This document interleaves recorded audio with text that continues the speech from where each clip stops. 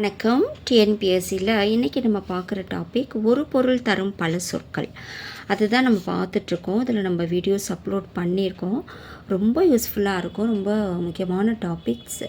ஏன்னா அதனோட பொருளையும் நம்ம தெரிஞ்சுக்கலாம். அதனால் நீங்கள் நல்லா பாருங்கள். அதனோட கண்டினியூஷன்ஸ் இன்றைக்கி நம்ம பார்க்கலாம். அன்னம் என்பதன் பொருள் என்னன்னு கேட்குறாங்க.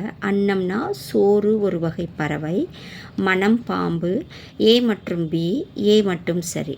ஆன்சர் டி தான் சரி. இதில் ஏ மட்டும் சரின்னு கொடுத்துருக்காங்க இல்லையா. சோறு, ஒரு வகை பறவை. ஸோ இதுதான் கரெக்டு. அடுத்து அம்பு என்பதன் பொருள் என்ன? கனை, மூங்கில், நீர், மேகம். ஏ மற்றும் பி. ஏ மட்டும் சரி. ஆன்சர் அம்பு அப்படின்னா நீர், மேகம். அடுத்து ஒரு பொருள் தரும் பல சொல் பார். பார் என்பதன் பொருள் என்னன்னு கேட்குறாங்க. பூமி பார்க்க, பாதை, தடை. ஏ மற்றும் பி இவற்றில் எதுவும் இல்லை. ஆன்சர் சி, ஏ மற்றும் பி. ஏன்னா என்னது? பூமி பார்க்க, பாதை, தடை. ஸோ இது ரெண்டுமே கரெக்டான ஆன்சர்.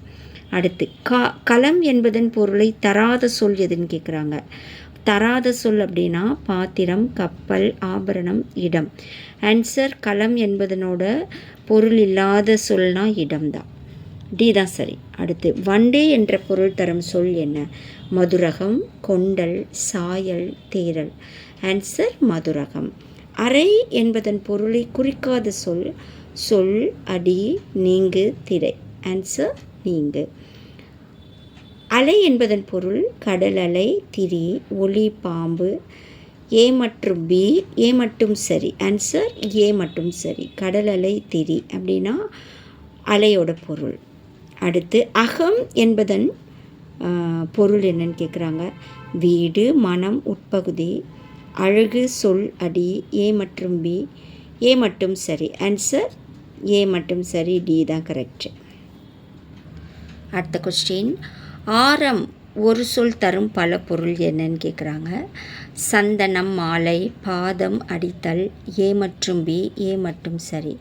ஆன்சர் ஏ மட்டும் சரி. இதில் சந்தனம், மாலை, ஆரம் அப்படின்னாக்கா டி கரெக்டான ஆன்சர். அடுத்து குற்றம் என்பதனை குறிக்காத பொருள். தீது, கோது, புரை, வலி, மாருதம்.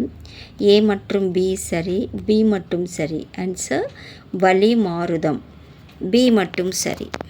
அதுதான் கரெக்டான ஆன்சர். நீங்கள் எழுதும்போது பி மட்டும் சரி அது கரெக்டாக இருந்துச்சுன்னா டியை தான் நீங்கள் நோட் பண்ணணும். அடுத்து போர் என்பதனை குறிக்காத பொருள் என்னன்னு கேட்குறாங்க. செரு, சமர், குழவி. ஏ மற்றும் பி. போர் அப்படின்னாக்கா குழவி. போரை குறிக்காத சொல் குழவி. இது ரெண்டும் செரு கரெக்ட். சமர் ரெண்டும் போரை குறிக்கிற சொற்கள். அடுத்து ஒலி என்பதனை குறிக்காத பொருள். சத்தம், இரைச்சல், தொனி, முறுவல். ஒலினா சத்தம் சொல்லலாம், இரைச்சல் சொல்லுவாங்க, தொனின்னு சொல்லுவாங்க. பட் குறிக்காத பொருள்னா முறுவல். ஆன்சர் டி தான். அணை என்பதனை குறிக்கும் பொருள் என்ன கேட்குறாங்க. படுகை, படுக்கை, தடுத்தல், தழுவு, உட்பகுதி. ஏ மற்றும் பி. ஆன்சர் ஏ மற்றும் பி தான் கரெக்டான ஆன்சர். அணை.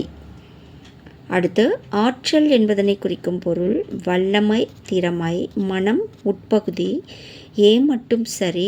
ஏ மற்றும் பி. ஆன்சர் வல்லமை, திறமை, ஆற்றல் அப்படின்னா ஏ தான் கரெக்டு. அடுத்து அரவம் என்னும் ஒரு சொல் தரும் பல பொருள். பாம்பு, ஒளி, கடலலை, திரை.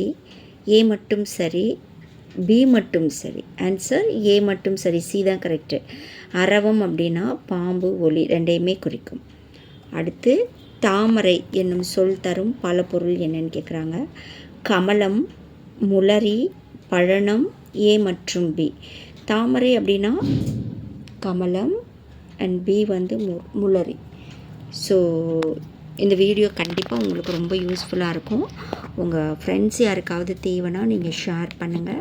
எக்ஸாம்ஸ்க்கு நோட்டிஃபிகேஷன் வந்துருச்சு, டேட் எல்லாம் கொடுத்துட்டாங்க. ஸோ நல்லா படிங்க. ஒவ்வொரு டாப்பிக்கையும் விட்டுறாமல் படிங்க. எனக்கு தெரியும் அப்படின்னு விட்டுற வேண்டாம். ஏன்னா சின்ன சின்ன சின்ன விஷயங்களில் நம்ம தப்பு விடுவோம். ஸோ நல்லா படிங்க. நன்றி.